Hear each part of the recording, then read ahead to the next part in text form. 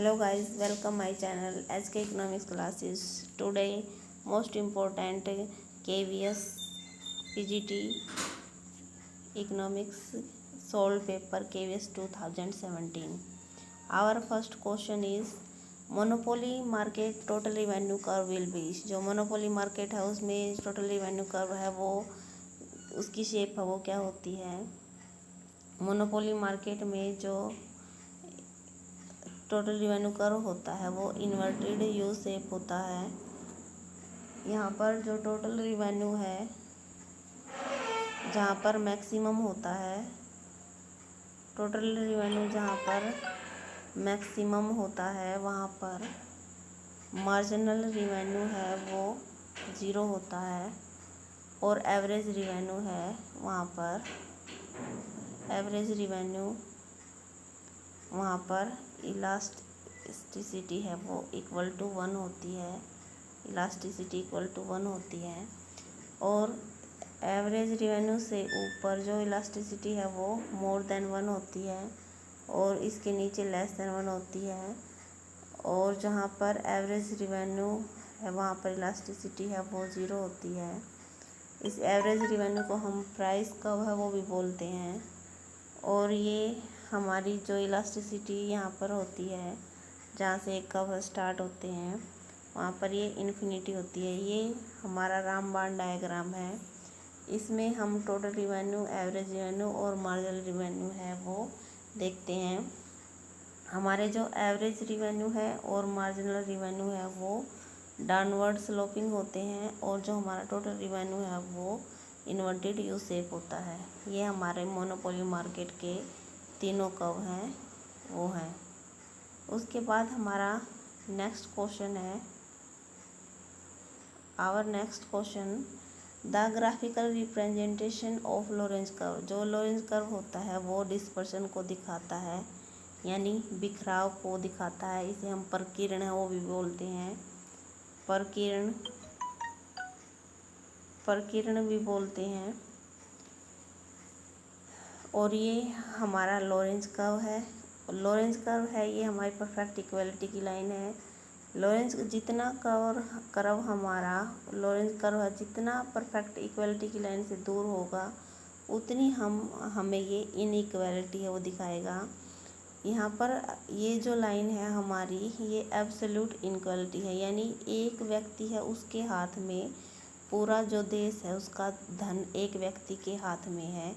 और यहाँ पर ये पॉपुलेशन, यहाँ पर जो पॉपुलेशन है उसका परसेंटेज है 20%, 40%, 60%, 80% और 100%। उसके बाद ये हमारा जो परसेंटेज है वो इनकम का है कि कितनी जो इनकम है किस परसेंटेज व्यक्ति के पास है। यानी 40% व्यक्ति हैं, 40% पॉपुलेशन है उसके पास 40% पैसा है और जो अबव 20% हैं उनके पास है वो जो देश का है वो 80% है वो पैसा है। इसलिए जो लोरेंज कर्व है वो हमें पॉपुलेशन और इनकम की जो पॉपुलेशन है उसमें इनकम की इनइक्वालिटी है उसको शो करता है। आवर थर्ड क्वेश्चन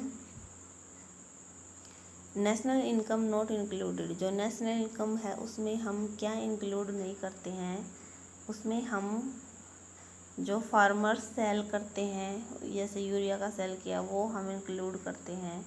ये हम वैल्यू एडेड मेथड से हम करते हैं। और हमारा जो टैक्सी सर्विसेज हैं इनकम की यानी जिन सर्विसेज के लिए हम पे करते हैं उसे हम नेशनल इनकम में इंक्लूड करते हैं।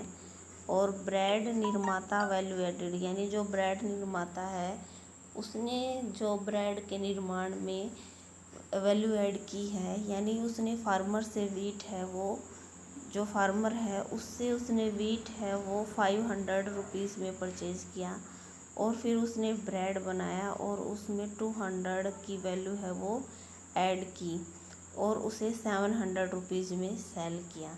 तो ये जो 200 है ये वैल्यू एडेड है यानी उसने अपना जो फाइनल प्रोडक्ट बनाया उसमें 200 रुपीज़ है वो ऐड किए। इसको भी हम नेशनल इनकम में इंक्लूड करते हैं। जिसको इंक्लूड नहीं करते हैं वो है हमारा एम.एफ. हुसैन की जो पेंटिंग है। अब अगर एम.एफ. हुसैन की पेंटिंग होती तो उसे हम नेशनल इनकम में इंक्लूड करते, लेकिन ये रीसेल है। ये resale mean second hand goods हो गई, और सेकंड हैंड गुड्स को हम नेशनल इनकम में इंक्लूड नहीं करते हैं। यहाँ पर जो हमारी जो नेशनल इनकम है उसके नेशनल इनकम कैलकुलेट करने के जो 3 मेथड है वो फर्स्ट हमारा है, यानी जो नेशनल इनकम है उसको हम 3 मेथड से कैलकुलेट कर सकते हैं। फर्स्ट हमारा वैल्यू एडिड मेथड, जिसमें हम प्राइमरी सेक्टर, सेकेंडरी सेक्टर और टर्शरी सेक्टर तीनों सेक्टर की जो सेल है उसको ऐड करते हैं। उसके बाद सेकंड है हमारा इनकम मेथड। थर्ड है हमारा एक्सपेंडिचर मेथड। एक्सपेंडिचर मेथड जिसे हम नेशनल इनकम है वो इंक्लूड करते हैं C + I + G + X - M, यानी जो हमारे नेट एक्सपोर्ट्स हैं उसको इंक्लूड करते हैं। C mean consumption, I mean investment expenditure, और ये हाउस होल्ड का कंजप्शन है, और ये गवर्नमेंट एक्सपेंडिचर है वो करती है गुड्स एंड सर्विसेज पे। ये 3 मेथड्स हैं जिनसे हम नेशनल इनकम को है वो कैलकुलेट करते हैं। और ये जो मेथड है इनमें आपको जब आप इनको रीड करेंगे तो आपको पता चलेगा कि आप नेशनल इनकम में क्या इंक्लूड करते हैं और क्या एक्सक्लूड करते हैं। कुछ पॉइंट्स हैं वो मैंने ऐड किए हैं इस स्लाइड में जो हम नेशनल इनकम में इंक्लूड करते हैं। वो हमारे वैल्यू एडिड मेथड है, या हम कोई भी मेथड, वैल्यू एडिड है, इनकम मेथड है या एक्सपेंडिचर मेथड है, इन तीनों में हम जो इंटरमीडिएट गुड्स होती हैं उनको इंक्लूड नहीं करते हैं नेशनल इनकम में। और sale of purchase of second hand goods, जो सेकंड हैंड गुड्स होती हैं उनकी हम रीसेल करते हैं, उसको नेशनल इनकम में इंक्लूड नहीं करते हैं।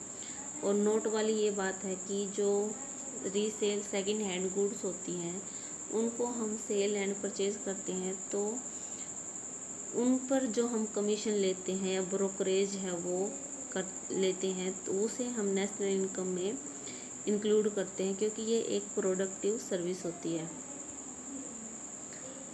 उसके बाद है production of services for sale consumption, जो सेल्फ कंजप्शन है उसके लिए हम जो भी सर्विसेज हैं वो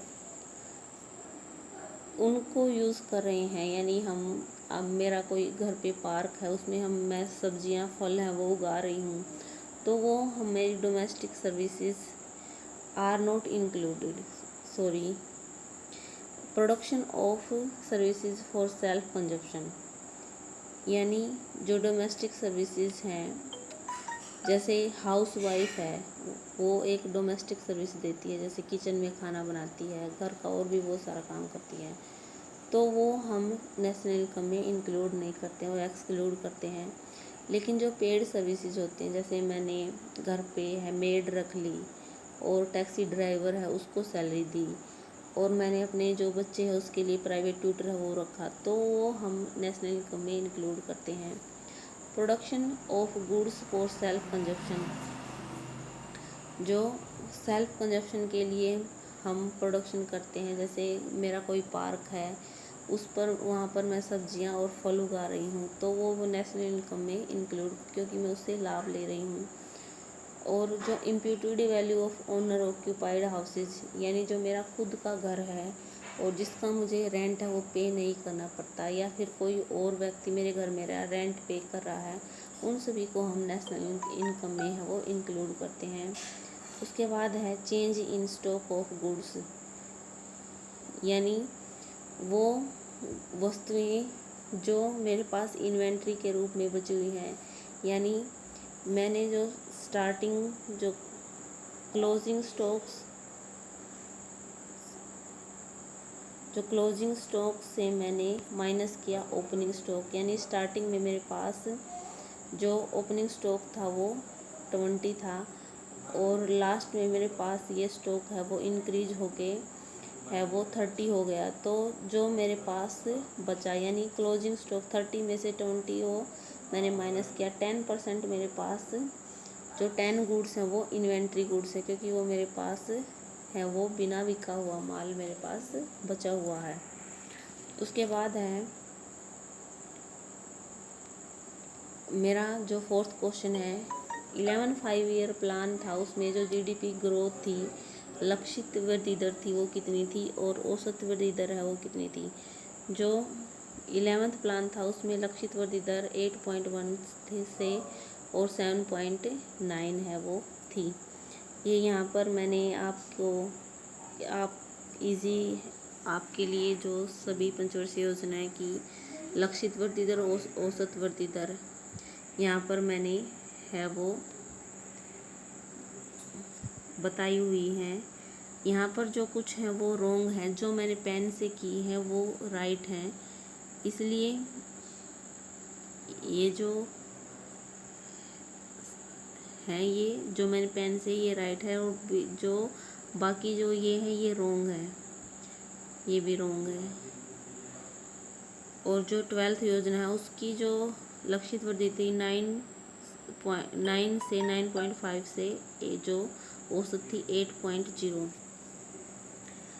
आप यहाँ से 1 से लेकर पहली पंचवर्षीय योजना से और 12वीं पंचवर्षीय योजना सभी की लक्षित वृद्धि दर और औसत वृद्धि दर देख सकते हैं। और हमारी 12 योजना के बाद जो 2019-20 में कोविड-19 था, वहाँ जब हमारी उस समय पे हमारी 4% है वो लक्षित वृद्धि दर थी, और 20-21 में 6.6 थी, और 21-22 में ये 8.9 थी।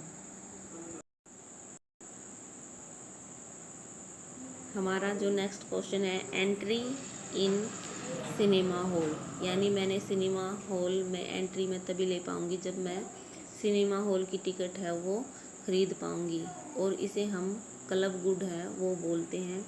और क्लब गुड हमारे लिए एक्सक्लूडेबल होती हैं, यानी जिनके लिए हम पेमेंट, एक्सक्लूडेबल गुड्स वो होती हैं जिनके लिए हम पेमेंट करते हैं और पेमेंट करने के बाद ही हम उनका यूज़ कर सकते हैं। बट नॉन राइवलरी, लेकिन वो एक बार यूज़ करने के बाद है वो ख़त्म नहीं होती, इसलिए नॉन राइवल है कि एक व्यक्ति अगर टिकट खरीद सकता है तो बहुत सारे व्यक्ति हैं उस टिकट को खरीद के सिनेमा हॉल का है एंजॉय ले सकते हैं। उसके बाद जो क्लब गुड्स हैं उसकी एक्सप्लेनेशन भी मैंने यहाँ पर दी है। जो क्लब गुड्स हैं वो एक्सक्लूडेबल होती हैं और नॉन राइवल होती हैं। राइवल गुड्स वो होती हैं कि जिनका एक बार कोई व्यक्ति यूज़ कर लेता है तो दूसरा व्यक्ति उस वस्तु का यूज़ नहीं कर सकता, यानी वो एक जो व्यक्ति उस गुड्स का यूज़ कर लेता है राइवल में, तो दूसरा व्यक्ति के लिए वो गुड्स है वो यूज़ करने लायक नहीं रहती है, उसे हम राइवल गुड्स कहते हैं। और एक्सक्लूडेबल गुड्स वो होती हैं जिनके लिए हम पेमेंट करते हैं और पेमेंट किए बिना हम इन वस्तुओं का यूज़ नहीं कर सकते। जैसे मेंबरशिप है, मैंने पैसे दिए और कहीं पे मेंबरशिप ले ली, तो पेमेंट के बाद मैं उसका बेनिफिट है वो ले सकती हूँ। और नॉन पेयर्स हैं उनको हम इन गुड्स का प्रयोग करने से रोक सकते हैं। जैसे केबल टेलीविज़न है, केबल टेलीविज़न इसका अच्छा एग्जांपल है। केबल टेलीविज़न की मंथली फ़ी होती है या 6 मंथ्स, वैसे तो मंथली होती है लेकिन हम 3 मंथ्स 6 मंथ्स का ऐसे पैक ले लेते हैं 1 ईयर का, वो हम पे करते हैं। और पे करने के बाद वो नॉन राइवल होती है, यानी वो ख़त्म नहीं होती है, और व्यक्ति है वो भी उन जो केबल टेलीविज़न उनके लिए पेमेंट कर सकते हैं और उनका यूज़ कर सकते हैं। ये हमारे आज के 5 क्वेश्चन थे KVS PGT इकोनॉमिक्स 2017 पेपर के। अगर वीडियो अच्छी लगे तो please like share subscribe my channel. Thank you watching this video.